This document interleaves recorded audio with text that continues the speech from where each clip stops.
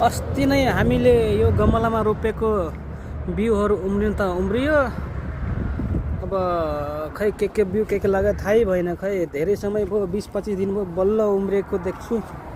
यो नि हिजो अस्ति कम्पनीले डोजरबाट माटो लगाइदिएको, यसमा धनियाँ लगाएको छौँ, लसुनहरू लगाएको छौँ। बिस्तारै बिस्तारै लसुन पनि उम्रिन थाल्यो। लसुन प्याज हो यो।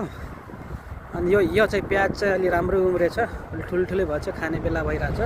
अर्को साथी फेरि यहाँ ठाउँ खाली रहेछ, लसुन रोप्दैछ अर्को साथीले। अब हाम्रो मेन अब चितवनको हो, ऊ कृषि नेपालमा पनि कृषि काम गर्थ्यो।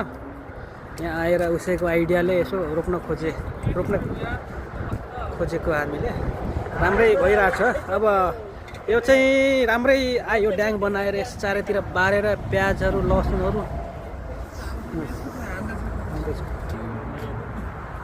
खुर्पसुरु पाइँदैन, जे पायो त्यसैले खन्ने हो।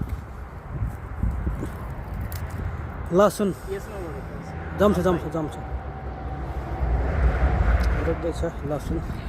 यो चाहिँ प्याज हो, अस्ति नै रोपेको थिएँ, अलि ठुलै भएको छ, खाने बेला भइरहेछ।